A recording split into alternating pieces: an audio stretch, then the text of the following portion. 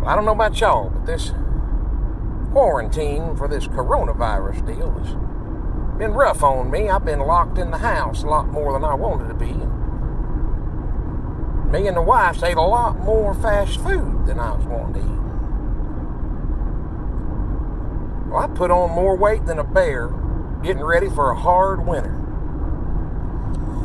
And I've kind of been able to deny it a little bit because I just ain't had to go into work a lot, and so I've been able to wear me a lot of stretch pants and loose-fitting shirts.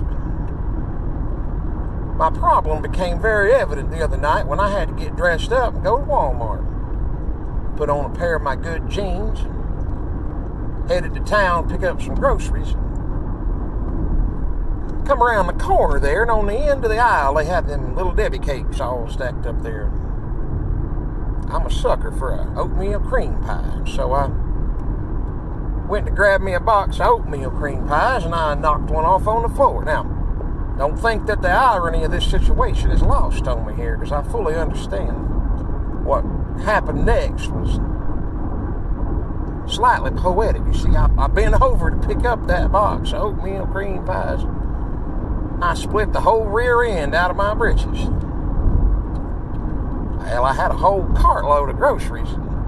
I didn't want to go up to the front and have to stand there in line with the rear end of my pants all busted out. So I happened to look across the main aisle there, and there's a clearance aisle. They had some pants stacked up there, so I just sashayed across that aisle, grabbed me a $5 pair of blue jeans, headed up to the front, went through the self-checkout line, paid for them real quick, shot across there into the bathroom. I was just going to change real fast and then get back to shopping.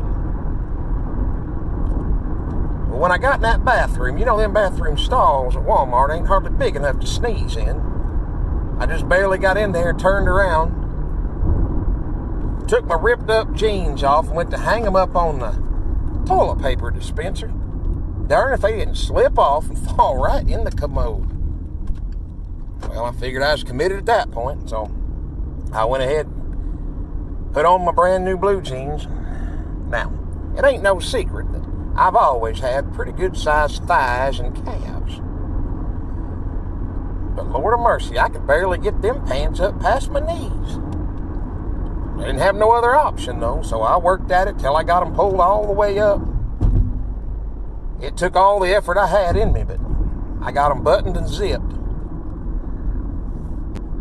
As I went to tear the tag off, I realized how big a mistake I'd made.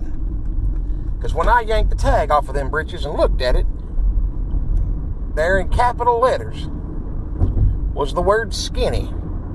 Now, y'all haven't known me my whole life, but I have, and I can guarantee you ain't never been accused of being skinny. Well, anyway, my other pants was ripped out and sopping wet. I throwed them in the garbage can, headed back to get my shopping cart. By the time I got all the way back there to the produce section where my cart was sitting, well, I couldn't hardly feel my feet. Circulation was getting cut off. I grabbed the last couple things I needed. I headed on out of there. I got a few funny looks from the girls at the checkout counter, but it wasn't nothing compared to the looks I got when I walked in the door of the house with them skinny pants on. My wife looked at me and she said, "Robert Dale, man, what on earth are you wearing?" I said, "Well, they skinny jeans, woman. Ain't you ever seen them?" She said, "Yes, I have, but I don't understand why you're wearing them. Is there something we need to talk about?" I said, "Yes, I believe there is."